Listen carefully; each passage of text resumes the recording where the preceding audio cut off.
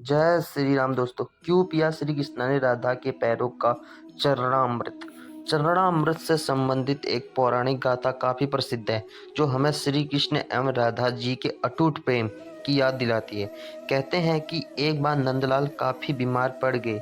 कोई दवा या जड़ी बूटी उन पर बेअसर साबित हो रही थी। तभी श्री कृष्ण ने स्वयं ही गोपियों से एक ऐसा उपाय करने को कहा, जिसे सुन गोपियां द्विधा में पड़ गई। दरअसल श्री कृष्ण ने गोपियों से उन्हें चरणामृत पिलाने को कहा। उनका मानना था कि उनके परम भक्त या फिर जो उनसे अति प्रेम करता है तथा उनकी चिंता करता है, यदि उसके पाँव को धोने के लिए इस्तेमाल हुए जल को वे ग्रहण कर लें तो वह निश्चित ही ठीक हो जाएंगे। लेकिन दूसरी ओर गोपियां और भी चिंता में पड़ गई। श्री कृष्ण ने उन सभी गोपियों के लिए बेहद महत्वपूर्ण थे। वे सभी उनकी परम भक्त थी, लेकिन उन्हें इस उपाय के निष्फल होने का चिंता सता रही थी। उनके मन में बार बार यह आ रहा था कि यदि उनमें से किसी एक गोपी ने अपने पाँव के इस्तेमाल से चमड़ा में बना लिया और कृष्ण जी को पीने के लिए दिया तो वह परम भक्त का कार्य तो कर देगी, परंतु किन्हीं कारणों से कान्हा ठीक ना हुए तो उनसे नर्क भोगना पड़ेगा।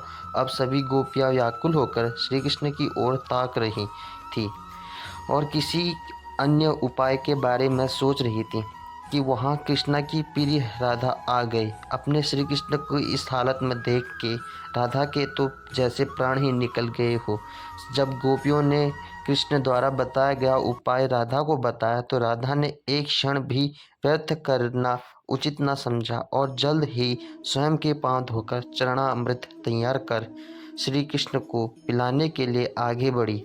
राधा जानती थी कि वे क्या कर रही है। जो बात अन्य गोपियों के लिए भय का कारण था, ठीक वही भय राधा को भी मन में था। लेकिन कृष्ण को वापस स्वस्थ करने के लिए वह नर्क में चले जाने को भी तैयार थी। आखिरकार कान्हा ने चरणामृत ग्रहण किया और देखते ही देखते वह ठीक हो गए, क्योंकि वह राधा ही थी जिनके प्यार एवं सच्ची निष्ठा से कृष्णा जी तुरंत स्वस्थ हो गए। अपने कृष्ण को निरोग देखने के लिए राधा जी ने एक बार भी स्वयं के भविष्य की चिंता न करी और वही किया जो उनका धर्म था। जय श्री राम दोस्तों। आपको कहानी कैसी लगी? सही लगी तो मुझे सब्सक्राइब करें और लाइक करें, कमेंट करें।